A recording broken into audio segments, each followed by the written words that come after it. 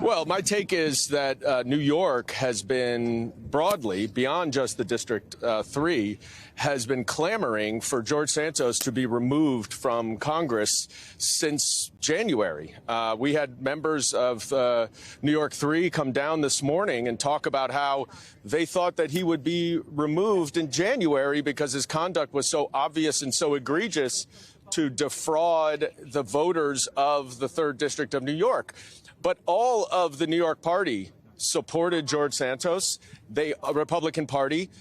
They all wrapped their arms around him. There's a lot of interlocking connections between the Republican members in New York and George Santos, and they tried to protect him for as long as they could to preserve their political power and their slim majority, and also potentially to save themselves from further discredit. And let me also remind folks that we started this, Dan and I, 9 months ago, and so this has been something that we've been focused on from day one. I think we both believe that integrity in the U.S. House of Representatives is incredibly important. So 9 months ago, forcing that first expulsion, making sure that it went to the House Ethics Committee, the report came out. I think overall, it's still disappointing how many Republicans, especially Mike Johnson, refused to actually do the right thing. And I think this is actually a horrific vote that shows his leadership in the future and just how, I think, little moral center he has on an issue like this. But the other Republicans, obviously, we had a pretty almost united Democratic coalition and caucus.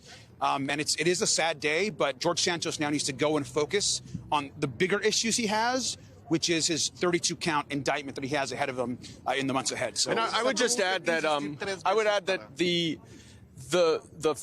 ultimately this should never have been a partisan issue. That's right. Whether or not someone has the proper moral clarity, the integrity, follows the rules, and therefore can justly vote on legislation, can see classified information, can serve the American people, is not based on whether or not they're Republican or Democratic. And it is too bad that the Republicans, even to this day, where more than half of them voted to protect George Santos, view this as purely a partisan issue. It is an issue of right and wrong. It is an issue of integrity. It is an issue of democracy, whether voters should be able to be deceived in order for someone to assume the power of a member of Congress is not a Republican or Democratic issue. It should not be, but unfortunately for the Republicans, it has been.